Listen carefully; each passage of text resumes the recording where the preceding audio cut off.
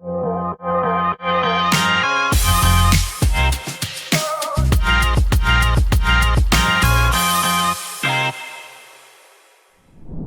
bem-vindo a mais um podcast do Instituto Flávia Magalhães. Aqui a gente fala de saúde, bem-estar e qualidade de vida. Hoje eu estou com o Dr. Filippo Diotto, cardiologista desportivo.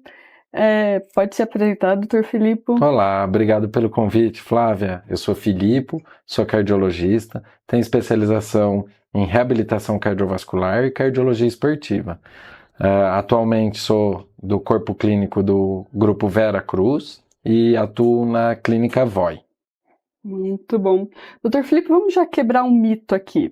As pessoas que fazem exercício só no final de semana, elas acham que elas não precisam passar, assim, eu vou fazer o exercício sozinho, sem orientação, não preciso passar pelo cardiologista. Isso é um mito ou é verdade? Isso, na verdade, é um mito. Então, o que acontece? Qualquer pessoa que tenha a pretensão de iniciar uma atividade física, ela deve passar por uma avaliação especializada, com uma consulta que contempla uma história bem feita, uma anamnese bem feita, um exame físico bem feito, e aí em alguns casos a gente lança a mão de exames complementares, tá? A própria Sociedade Brasileira de Cardiologia recomenda para qualquer atividade física, seja aeróbica ou resistida, deve-se passar por uma avaliação cardiológica, tá? Sendo essa avaliação um eletrocardiograma de 12 derivações simples e a anamnese, tá?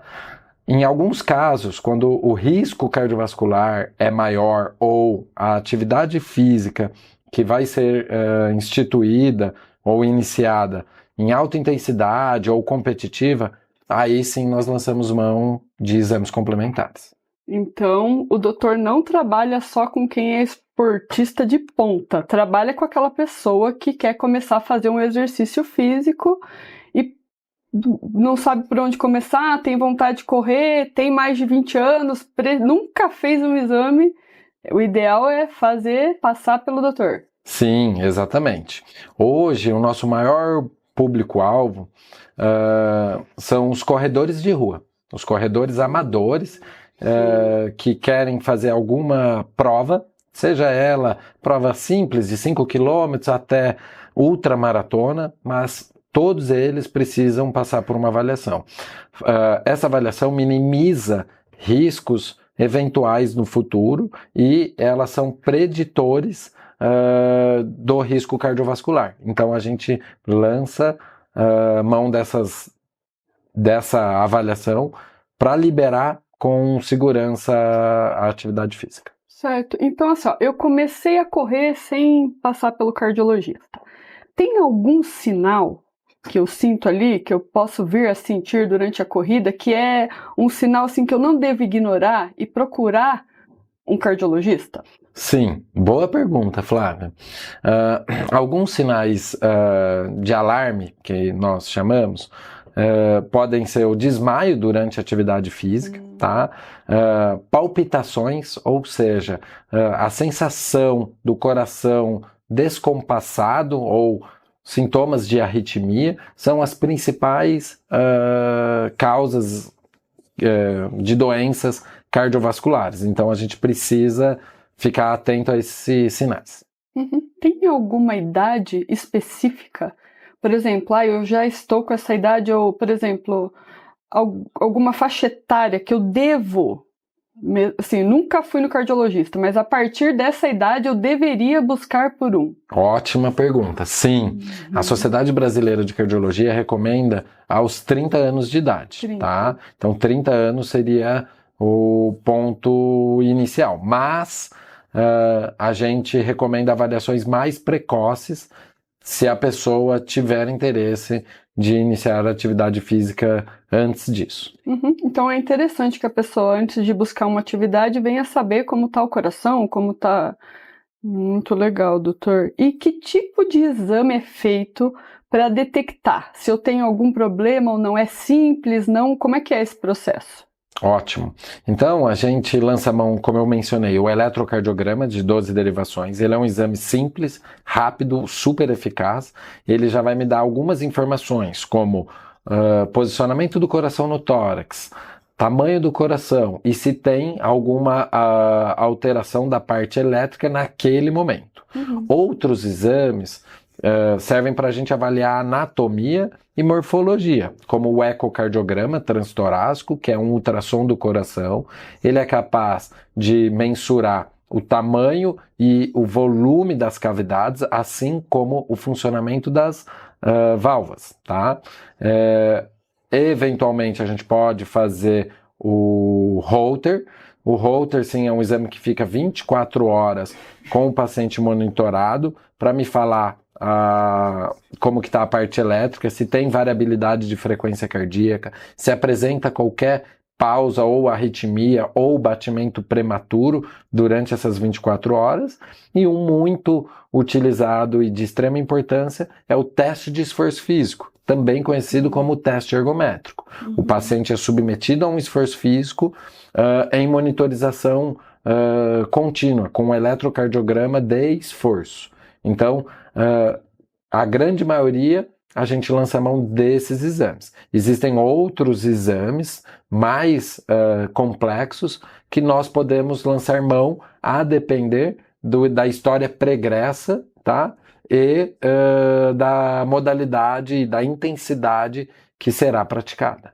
Certo, então, dependendo do exercício que a pessoa vai fazer, você vai puxar para um tipo de exame. Isso, exatamente. É bem individualizado e quem que vai me direcionar isso é a história pregressa, tá? Então, e o próprio exame físico e os objetivos que aquele paciente tem com a atividade física. Legal. Doutor, eu vi nas suas redes sociais que você postou um estudo sobre o uso de anabolizantes. Isso é realmente prejudicial para o coração? Sem dúvida. E esse é um estudo que está à tona na atualidade, porque o uso indiscriminado de anabolizantes, não só para fins estéticos, mas também para bem-estar e saúde, que é vendido no mundo afora, o que acontece? Os anabolizantes, eles têm eles são drogas sintéticas que atuam nos nossos sistemas, tá? Não só no sistema cardiovascular, mas também em toda a parte hormonal. E não existe uma dose segura para os hormônios. Esse estudo que eu mencionei na rede social, ele é um estudo que foi exclusivamente em atletas de competição, bodybuilders, né, que são fisiculturismo. Esses públicos usam doses extremamente elevadas. E a minha mensagem essa população, houve um número muito maior de morte súbita em atletas, até mesmo do que a população sedentária. Então, o uso inadequado em doses suprafisiológicas aumenta-se muito o risco cardiovascular e o número de morte súbita. O anabolizante, ele causa um efeito no coração, que é uma dilatação do coração. Ele causa nos vasos, calcificações dos vasos, tá? E aumenta os níveis de colesterol e de pressão arterial. Então, aumenta-se muito o risco de infarto e AVC. De forma leiga, eu tenho uma hipertrofia, né? Eu vou enrijecer no meu músculo cardíaco. Isso é um efeito do anabolizante? Isso, exatamente. Então, o anabolizante, assim como no músculo estriado esquelético, ele faz o aumento da volumetria, acontece também no músculo cardíaco. Ele é um coração que ele também fica aumentado, ele perde a capacidade inicialmente de relaxar, depois a de função sistólica de mandar sangue para todo o sistema. Então a gente tem que lembrar que o coração, ele é um órgão que tem uma funcionalidade muito importante, que é bombear sangue para os tecidos. E o anabolizante pode diretamente afetar essa função do coração. Então, de saudável não tem nada, né? Não tem nada. Tenha cuidado, estude, pesquise, procura a ajuda num médico que seja consciente e que tenha bom senso. Muito bom, doutor. Doutor, agora perguntas rápidas. Eu caminho, eu estou sempre cuidando do meu coração, porque caminhada é bom para o coração. Eu preciso ir no cardiologista regularmente? Sim.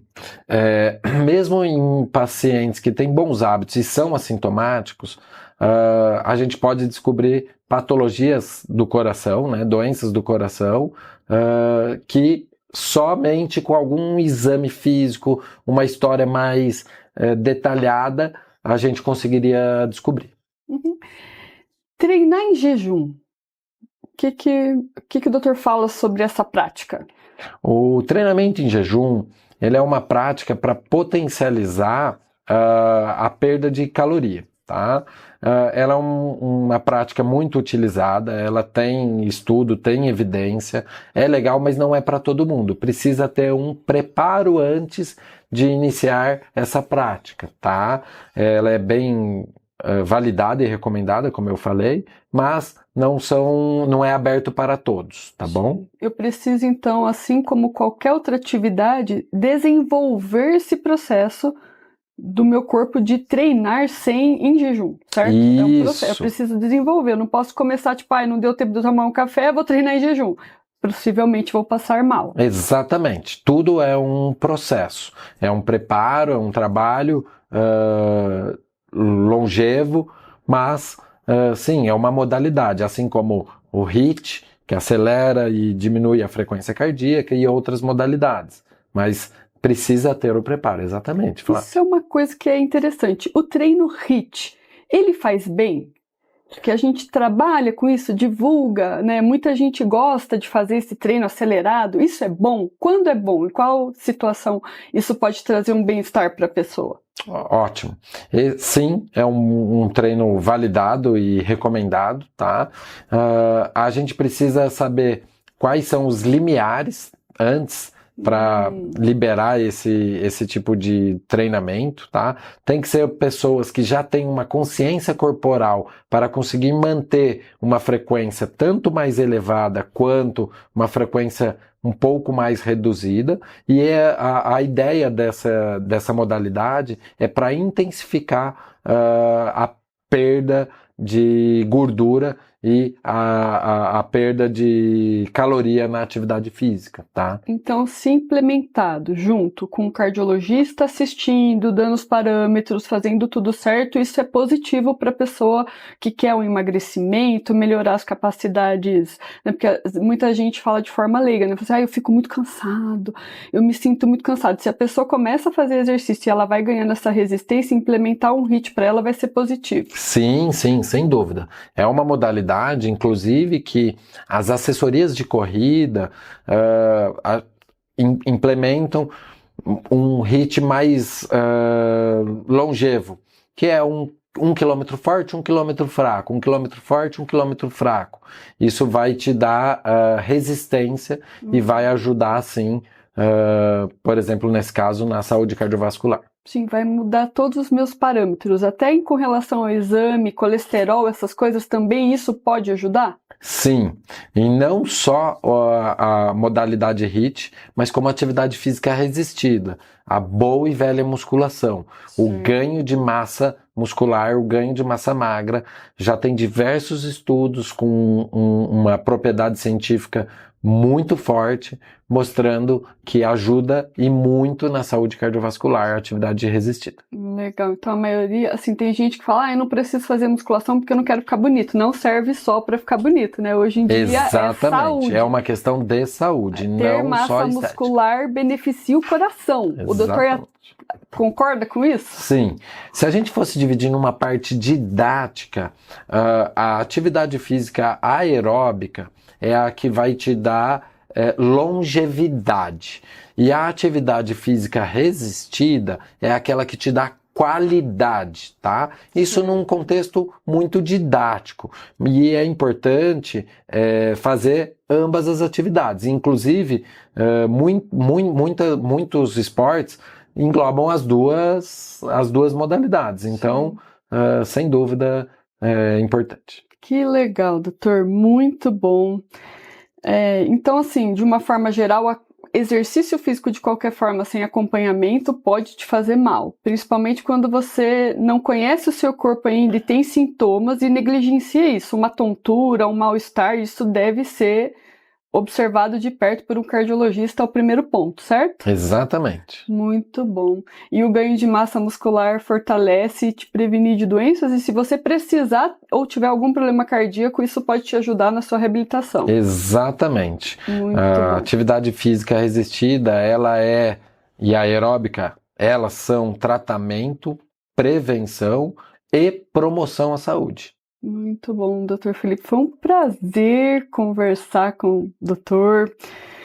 Muito bom. O doutor quer deixar alguma mensagem para quem está começando a fazer atividade? Quer deixar algum recado? Quero. Obrigado pelo convite, Flávio. Eu que agradeço.